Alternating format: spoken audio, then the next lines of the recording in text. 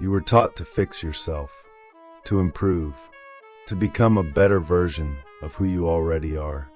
But what if that's the trap? What if the version of you you're trying to fix is the exact thing holding you back? Nietzsche didn't believe in healing the weak self.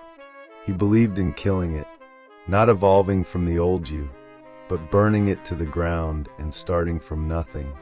This isn't self-help. It's self-destruction, the conscious death of everything that made you ordinary. And what comes after terrifies people who never had the courage to do the same. You feel it, don't you? That silent frustration of living a life that looks fine on the outside, but feels like you're wearing someone else's skin. Pretending, performing, trying to be good, liked, reasonable, slowly choking behind your own smile. That's not living. That's psychological decay dressed as decency. And Nietzsche's message is brutal but liberating. Who you are today must die. Because only from that funeral can a dangerous, self-authored mind be born. This video isn't about motivation. It's about rebirth through destruction. You'll learn how to dismantle the false identity you've protected for years, and why that's your only path to real power. You'll understand why strength isn't loud, it's terrifyingly calm. And why the most dangerous mind is the one that no longer fears losing anything. If you're ready to stop fixing the illusion and start building something real, keep watching. Because Nietzsche didn't teach survival, he taught transcendence. There's a kind of death Nietzsche believed was more urgent than the physical one. The death of your false self. That version of you built on fear, on obedience, on trying to fit into places that never wanted your full truth. It's the you that says yes when it wants to scream no. And the cruel irony?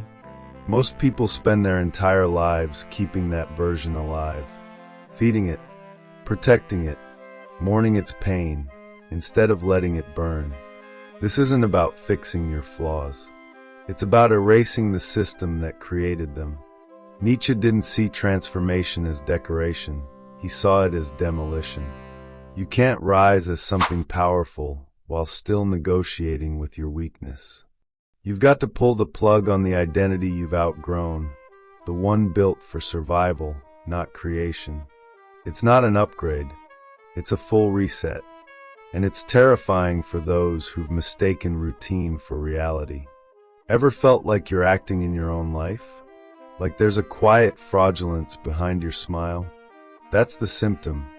The old you is decaying inside, but still breathing through habit. Nietzsche would say, good. That's your signal. Don't sedate it, listen to it. The breakdown isn't a bug in your system. It's the first honest thing your soul's felt in years. And it's begging you to let the current version die before it rots deeper. Here's the twist most won't tell you. This psychological death, it won't be visible. You'll still look the same to others. Still pay your bills, show up at work, answer texts. But inside, the architecture is crumbling, and that's where the real work begins. It's an invisible funeral, and if you don't attend it consciously, you'll walk as a ghost forever, haunted by the version of yourself you never had the courage to bury. Want to start this death? Here's a practice. Write a list of everything you do just to be accepted. Every behavior, opinion, smile, or silence you use to stay safe. Then stare at that list like a hitman. That's your target. And the execution isn't loud. It's a quiet refusal to continue. Delete the mask. Delete the loyalty to past roles. Start by saying no to just one thing that no longer fits. Start small, but do it with fire. Because once this death begins, you'll start noticing something strange, clarity. Not comfort, clarity. A disturbing, thrilling awareness that you're no longer playing along. And that clarity, Nietzsche would say, is the crack where real freedom enters. But freedom is dangerous, and only those who are willing to lose everything they were can begin to taste what comes next. The scariest part, you've never actually met yourself. What you think you are, your personality, preferences, opinions, is mostly a patchwork of what you were rewarded for being. Approval shaped you. Punishment corrected you. Over time, you stopped becoming and started performing. Nietzsche saw this with brutal clarity. Identity, as society teaches it, is a cage built with golden bars. Think about it. Who told you what success is supposed to look like? Who taught you what kind of man or woman is good? Your family? School? Culture? Religion? Most of these voices weren't malicious. They were just asleep. Sleepwalking through life, passing down patterns like a virus. You didn't choose this operating system. You just downloaded it, and now it runs your mind like a parasite. But here's the twist. This constructed self isn't just fake, it's fragile. One loss, one betrayal, one moment of chaos, and the whole system glitches. You feel like you're falling apart, but that's not you falling. That's the lie collapsing. Nietzsche would call that the beginning of self-authorship. When the script you've been following disintegrates, and there's nothing left but silence, that's your blank page. Let's get personal.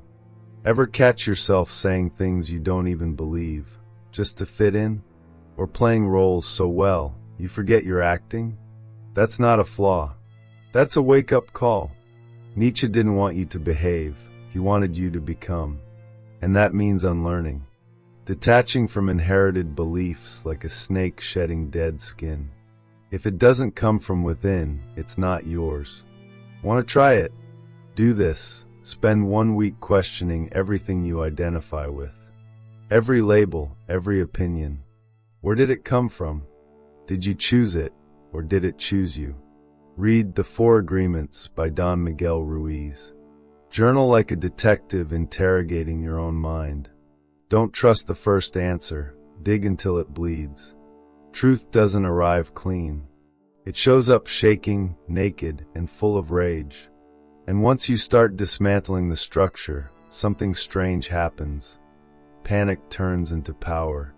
Because when you're no longer bound by what you were told to be, you're finally free to ask, what do I want to become? But that question comes with a cost, and only those ready to abandon the comfort of false certainty can handle what comes next. There's a version of you that only exists in the eyes of others. That version smiles when it's tired, agrees when it's angry, stays silent when it wants to scream. It gets applause, promotions, approval. But Nietzsche would ask, at what cost? The mask may protect you, but it also imprisons you. And every time you wear it, you bury the real you a little deeper. Here's the danger. If you wear a mask long enough, you forget you're wearing it. You confuse performance with personality. You laugh at jokes that aren't funny, nod at ideas you secretly hate, and call it being professional or being polite. But deep down, your soul starts to rot. Why? Because truth can't breathe behind plastic. And when truth suffocates, so does vitality. Modern psychology echoes Nietzsche's warning. Carl Jung called this the persona, a necessary social interface, yes, but deadly when mistaken for the self. The more you rely on it, the more anxious, numb, and resentful you become. Ever feel exhausted after a normal conversation? That's not introversion. That's mask fatigue. You weren't connecting, you were pretending. But ripping off the mask is terrifying, isn't it? Because you've built your whole life around being likable, acceptable, digestible. You fear that if people saw the real you, the angry, chaotic, complicated you, they'd leave. Here's Nietzsche's brutal truth. If they only love the mask, you are unloved. You're just playing a role in someone else's drama, waiting for permission to be real. Let's be honest, your mask didn't come from nowhere. It came from survival. Maybe you had to hide your true thoughts to stay safe. Maybe vulnerability was punished. But you're not a child anymore. You don't have to keep performing. Nietzsche's challenge is simple. Do you have the courage to disappoint people in order to be free? Most don't. Most would rather be accepted than alive. But if you dare to shatter it, the fragments will cut. You might lose people. You'll definitely lose comfort. But what you gain is something sacred, self-possession. A life authored from within, not designed by audience applause. Because in the end, the only thing more painful than rejection is never being seen at all. There is a moment in every true transformation when the world goes silent. Friends disappear. The old certainties dissolve.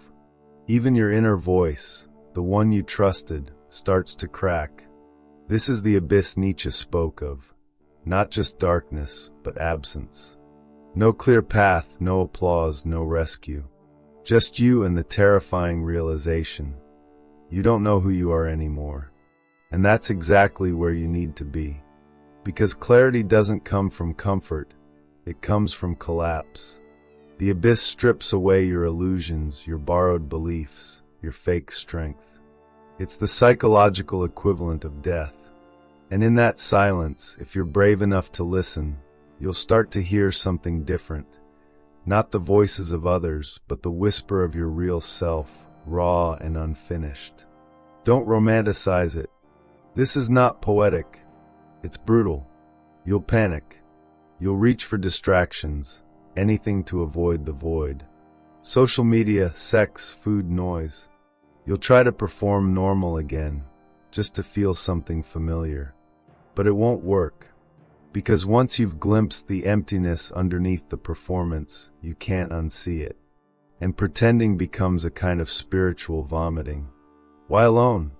Because no one can walk this for you. Others might offer comfort, advice, temporary illusions, but the abyss demands solitude. Why? Because if someone carries you through it, you remain dependent. You remain weak. Nietzsche believed in the rebirth of the self through fire, not rescue. If the pain doesn't burn away the false, the true can't be forged. This is the opposite of what modern culture teaches. Today we're taught to avoid pain, outsource healing, seek community in every step. But Nietzsche's view was sharper. The self is not discovered by consensus, it is earned in isolation. Have you noticed? The people with the deepest strength often disappeared for a while. They vanished into the unknown, and when they returned, they were unrecognizable. So here's the real question. Can you face the silence without flinching? Can you sit with your shame, your confusion, your brokenness, and not rush to fix it? Can you descend into the darkness without knowing if there's light at the end? Most can't. They back away. But the few who stay, they don't just survive. They become. And when they emerge, they don't need to speak loudly. Their presence says everything. Destruction, when done properly, is not an act of chaos, it's an art. Nietzsche didn't advocate for reckless annihilation of the self, but a surgical strike. The weak self must be torn down piece by piece, not through blind rage, but with cold precision. Every destructive act must serve a purpose, an intention, to clear the path for something stronger, more authentic to emerge. The question is, are you willing to destroy the parts of yourself that no longer serve you? Most people are terrified of destruction. They equate it with violence or loss. But Nietzsche understood something critical. In the absence of destruction, there can be no creation. The old you must be disassembled, not to eliminate who you are, but to shed everything that was never truly you. It's about purging the unnecessary to make room for growth. Think of it as a fire that consumes everything, only to leave a fertile ground for new life to grow. This is where most people falter. They fear the loss. They fear that if they tear down what they've built, they'll have nothing left. But here's the truth. What you're holding on to isn't yours to begin with. Your old beliefs, habits, and fears were shaped by society, by others' expectations, not by your true will. So why cling to them? True strength doesn't grow from safety or comfort. It's born in the aftermath of destruction. There's also a psychological trick at play here. The act of conscious self-destruction forces you to confront your own limitations head-on. It brings you face to face with the parts of you that were fragile, fake, or afraid. It's uncomfortable, yes, but discomfort is the only fertile soil where true power can grow. The more you resist the urge to protect the fragile parts of yourself, the stronger you will become. So ask yourself, what part of you needs to be destroyed for you to be reborn? Many people avoid destruction because they don't trust themselves to rebuild. They assume that without the old identity, they'll be lost. But Nietzsche's insight cuts deeper. It's in the destruction itself that you discover who you truly are. Only once the old layers are gone can you begin to craft a new foundation. So, the destruction isn't the end. It's the beginning of a new creation, a creation where you are the sole architect. So how do you begin? Start by eliminating the noise. Stop feeding the parts of you that are afraid, that are addicted to validation, that are still clinging to old patterns of safety. Cut them away with the precision of a surgeon. What will remain is your core, the essence of who you are, untethered by the past. And that essence? It's the foundation of the strength you've been searching for all along. When everything you thought you were burns away, what remains? Nietzsche's idea of rebirth isn't about picking up the pieces of your former self and reassembling them. It's about rising from the ashes as something completely new. The Übermensch isn't a hero born from comfort. He is the product of total transformation. He has been shaped by fire, by struggle, and by the willingness to leave behind everything that once defined him. The question is, are you ready to forge a new self, or will you always cling to the past? The fire Nietzsche speaks of isn't kind. It's destructive, it's painful, and it strips you bare. But that's precisely the point. Only when you are reduced to nothing can you be rebuilt in your truest form. The Übermensch doesn't emerge from some idyllic scenario. He is forged in the crucible of suffering, discomfort, and radical self-examination. And from those trials, he creates a version of himself that is free from the shackles of societal approval, expectations, and limitations. Rebuilding from nothing is frightening. The familiar identities, roles, and labels that once gave you a sense of self must be destroyed. It's a terrifying process because it means facing the unknown version of yourself that has yet to be discovered. But here's the truth. The self you once were was never yours to begin with. It was a construct, a social mask, a role you played. The real you has always been buried under layers of conditioning and fear. Rebuilding means returning to that core. As you forge this new identity, you become dangerous. Not because of physical strength, but because you no longer seek validation. You no longer bend to the will of others. The Übermensch is independent, self-sufficient, and utterly free. This freedom isn't a passive trait, it's a strength. It's the power to define your own existence and live without apology. But freedom of this magnitude comes at a price. It demands that you let go of all comfort and certainty. This journey isn't about becoming someone who fits neatly into society. It's about becoming someone who transcends it. The Übermensch isn't concerned with being liked or accepted. His power comes from the fact that he no longer needs approval to exist. He creates his own path, unbothered by the limitations and expectations placed on him by the world. So the real question is, are you willing to become someone who doesn't need the world's approval to feel powerful? When you rebuild with fire, you become an artist of your own existence. You take the ashes of your former self and sculpt something new from them. The transformation is painful, but it is the only way to become something greater. The Übermensch is not just a man. He is an idea, a force, a symbol of complete self-determination. And once you've stepped into this fire, there's no going back. You've been programmed since birth, but whose code is it?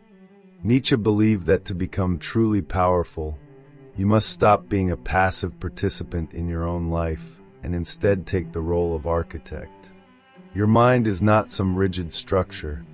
It's a malleable force that you can shape to your will. The question is, are you willing to stop blaming the world and start taking responsibility for your inner architecture? Most people live on autopilot. They follow scripts written by their upbringing, society, and past experiences. But what if you could completely rewrite your mental blueprints?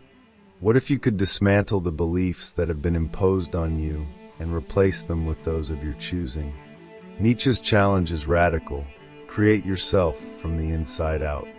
But creating isn't a passive process. It's an active, deliberate act of destruction and construction. Every belief you hold, every instinct you follow was learned. Most of them are not truths, but adaptive responses to external pressures. What would happen if you stopped following the scripts handed to you and began writing your own? It's not just about rejecting societal values. It's about redesigning your emotional machinery so that your every response aligns with your true purpose. You must become the engineer of your own psyche, and this requires an unwavering commitment to your own growth. To master your mind, you must first confront your weaknesses, your fears, your doubts, and ultimately the stories you tell yourself. You can't build something strong without facing the cracks in the foundation.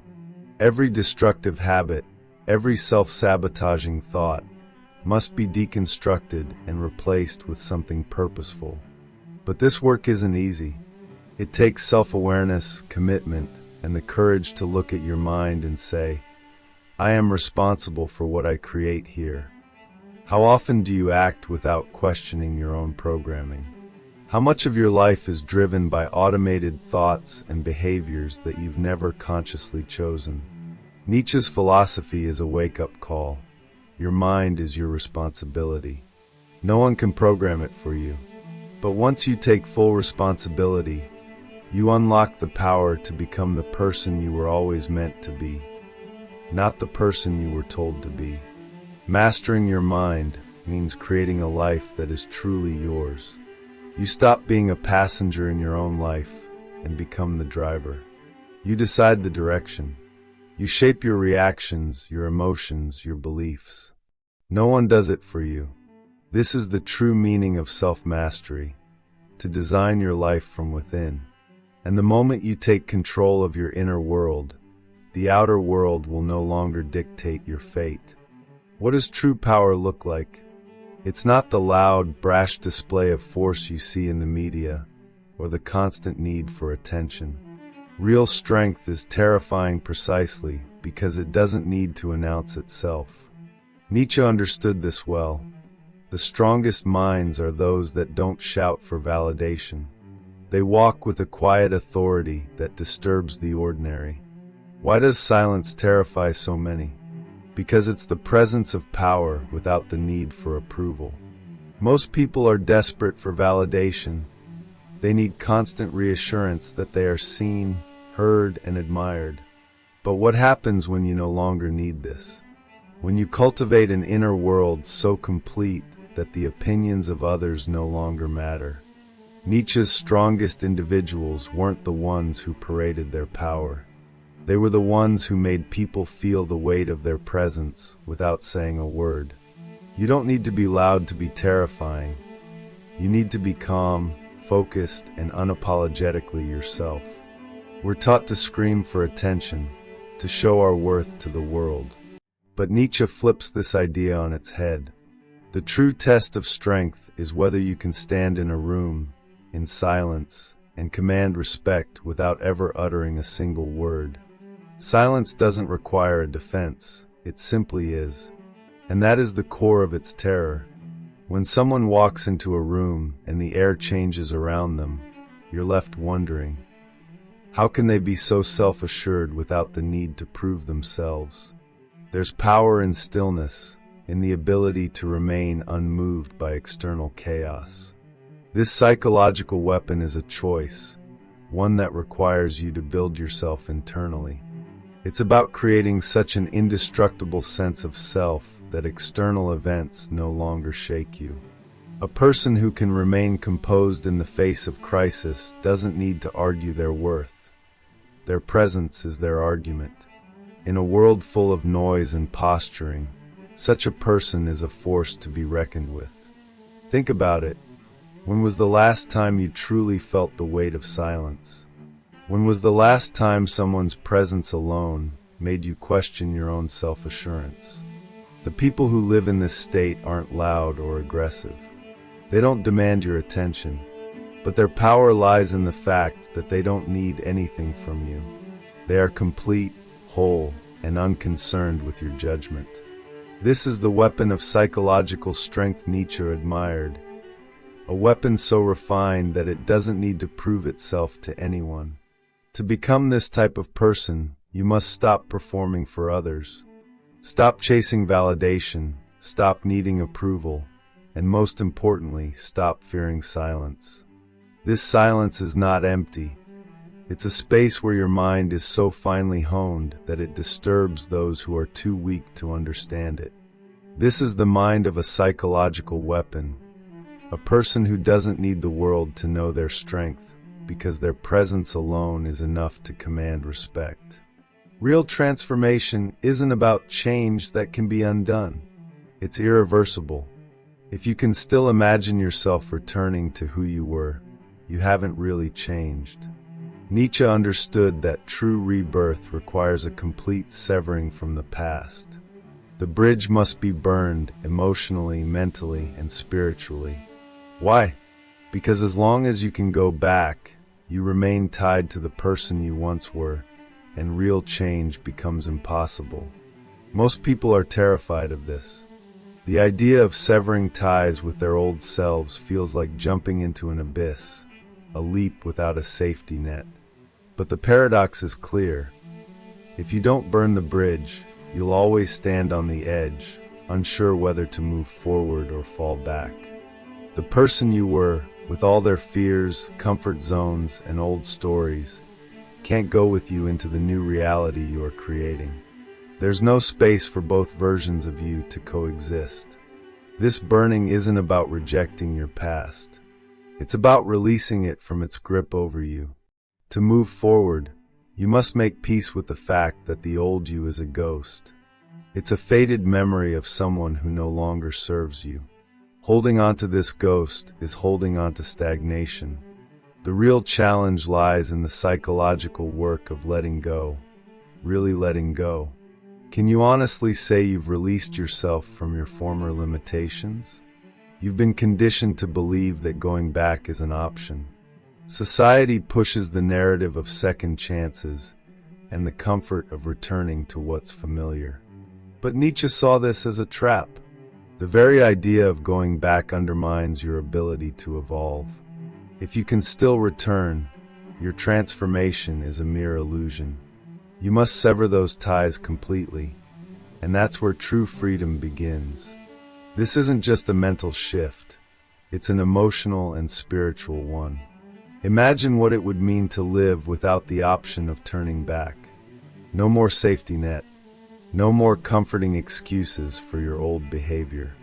Every decision from this point forward has to be in alignment with who you are becoming, not who you were. This is the test. Can you make the leap without looking over your shoulder? Can you step into the unknown with complete trust that your future self will be stronger, freer, and more powerful than the person you were? The real power comes from moving forward with a single direction in mind. When you burn the bridge, you're not just leaving your old self behind, you're claiming ownership of your future. You're committing to a life where your past no longer has any influence. This is the ultimate act of liberation, and in that act, you become something no one can take away, a person who no longer needs to look back. What if the highest form of existence wasn't found in status, wealth, or recognition, but in the ability to create your own being? Nietzsche didn't just advocate for becoming something more. He urged you to become the creator of your soul, the artist of your own existence. No longer bound by the expectations of others, you step into your power and take full responsibility for your life. But that means embracing a role so profound, it comes with the weight of divine authorship. Are you ready to become the creator you were born to be? The ultimate transformation is one of total self-authorship. No longer a passive observer of your life, you become the one who designs, sculpts, and redefines your very essence. Nietzsche didn't envision you as a mere follower of life's circumstances. He saw you as a master of your fate, a person who shapes his own destiny with precision, artistry, and intentionality. The question is, how much are you willing to take control? How far are you willing to go to design your soul from scratch? The stakes are high. When you claim authorship over your existence, you are responsible for everything. There are no more excuses, no more blaming others, no more hiding behind the roles society has assigned you. The world doesn't get to tell you who you are. You decide. This is the ultimate freedom, and yet, it is also a terrifying burden. To take control of your soul means taking full accountability for every choice, every action, and every thought. But could there be any greater power than this? This is the point where most people falter. They live by default, following the script they've been handed, conforming to society's narrative, never questioning who wrote it. The difference between those who achieve greatness and those who stay stuck is this. One group dares to rewrite the script, while the other simply follows it. Are you willing to erase the old version of your story and become the author of your own fate? Or will you let life continue to write itself for you? Creating your own soul isn't about perfection. It's about designing a life that is authentic, raw, and unapologetically yours. Nietzsche didn't want you to be a perfect person. He wanted you to be a powerful one. And power comes from self-creation, from the refusal to accept the limitations imposed on you by society or by your own fears. When you take the pen, you are not just writing a biography, you are crafting a masterpiece. In the end, Nietzsche's message is clear. You are not born to live as others expect you to. You are born to create yourself. Every moment you spend conforming, every time you submit to external definitions of who you should be, you forfeit the most precious gift you have, the power to design your own existence. Will you step into the role of the creator and author of your soul? Or will you remain a mere character in someone else's story? If you're ready to stop living by default and start designing your own existence, then this is your call to action. Don't let life pass you by. Take the pen and start rewriting your story. Subscribe to the channel, because the journey to becoming the creator of your own soul is just beginning. You're not here by accident. You're here because you're meant to become something more. The only question left is, are you ready to take the first step? Join the community. Become the artist of your own life.